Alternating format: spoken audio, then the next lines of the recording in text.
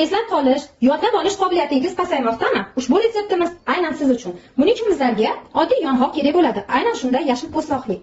Sarg'ayishga ulgurganlarning tarkibida yod juda oz miqdorda bo'ladi. Iloji boricha yam-yashilini terishga harakat qilinglar.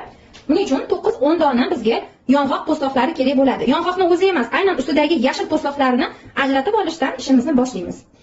Ushbu retseptimiz buqoqning har qanday turida juda samarali foyda beradi.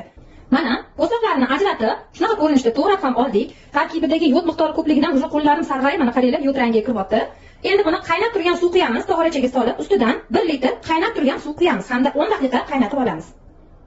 Tindirib, sovutganimizdan so'ng, mana hali ham sovimabdi. Siz shunaqa ko'rinishdagi damlama bo'ladi. Bu damlamani bemalol oilaviy ichsanglar ham bo'ladi. 5 kishilik doza bu. Bir osh qoshiqdan 3 mahal och qoringa 10 kun davomida ichiladi.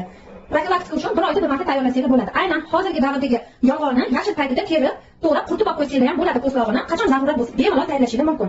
Sinab ko'rish uchun 3 kunga ichib ko'ringlar. Qur'oni Karimdagi istalgan bitta oyatni yodlashga urinib ko'rsangiz, o'zingizdagi xotirangizdagi o'zgarishni o'zingiz his qilasiz. Maktab yoshidagi bolalarga ham mumkin. 6 yoshdan katta bo'lgan bolalarga bir osh qoshiqdan bir kunda bir mahal 10 kun ichiladi. Kattalarga esa bir osh qoshiqdan 3 mahal 10 kun davomida ichiladi. Karajatlarini yodlolmaydigan, diqqat qilolmaydigan, bitta joyda o'tirolmaydigan bolajonlarimizga обязательно jigarga qarshi preparatimizni qo'llab, mana shu damlamadan ichirib boringlar. Xotirasi qorilarnikidagi bo'ladi inshaalloh.